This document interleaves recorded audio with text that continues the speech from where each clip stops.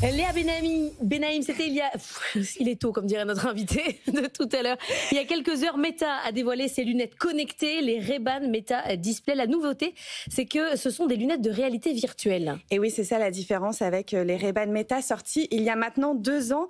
En fait, c'est des lunettes qui ont un écran intégré qui se reflète directement dans l'un des verres, le verre droit, ce qui permet en tant qu'utilisateur d'avoir accès à toutes ces notifications sans utiliser les mains. En fait, tout apparaît directement sous nos yeux. Alors, je vous rassure, l'écran, il est placé sur le côté du verre, donc pas en plein milieu de notre champ de vision. Et franchement, ça donne pas mal de fonctionnalités très sympas et très pratiques. Par exemple, le GPS, si vous êtes en train de marcher dans la rue, vous pouvez suivre votre itinéraire directement dans vos lunettes.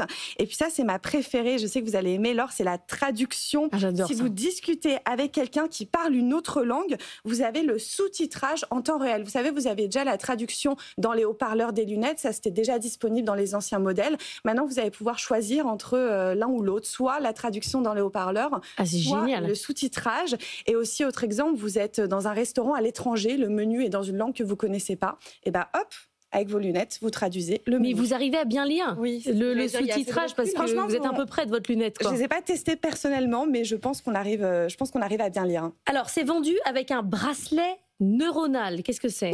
Alors, c'est la petite spécificité qui peut surprendre et qui marque vraiment en fait la vraie rupture technologique avec l'ancien modèle.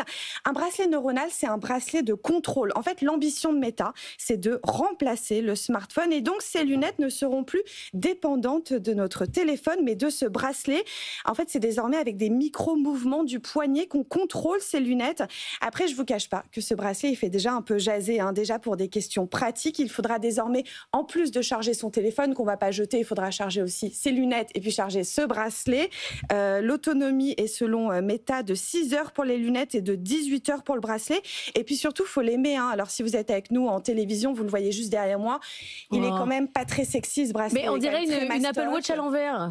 Oui, un petit peu, oui, mais c'est le côté épais, c'est le côté... Voilà, enfin, moi, vous aimez pas, je suis pas très fan, non. Bon, le Ray-Ban Meta, c'est un succès énorme. Est-ce que là, ça va fonctionner de la même manière? Eh ben, je suis pas sûre, parce que, alors, même si ce produit est présenté comme un produit grand public, ça va forcément toucher moins de personnes que la première version. Déjà, au niveau de l'apparence, il y a beaucoup plus de technologie sur ces nouvelles lunettes, ce qui demande en fait plus de place dans la monture.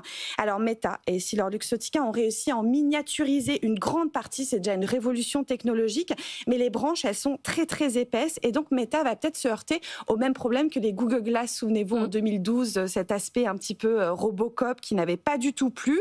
Et puis les Ray-Ban Meta qui sont sortis il y a 2 ans, elles cartonnent parce qu'en fait ce sont des lunettes à la mode, elles sont quand même super jolies, on peut choisir son modèle, la couleur et même la teinte des verres. Celles-ci, elles sont beaucoup moins personnalisables. Si vous connaissez un petit peu la marque Ray-Ban, c'est les Wayfarers, donc l'accent clairement a plus été mis sur la technologie que sur le style. Et enfin, alors, je vous ai gardé le meilleur pour la fin. Le prix, je ne sais pas ce que vous en pensez, $800 pièce. Ah ouais. C'est quand même le double des Meta Ray-Ban classiques. Donc voilà, ces lunettes seront disponibles à partir du 30 septembre, d'abord aux États-Unis. Je pense qu'ils veulent d'abord tester ce marché pour voir comment le produit est reçu.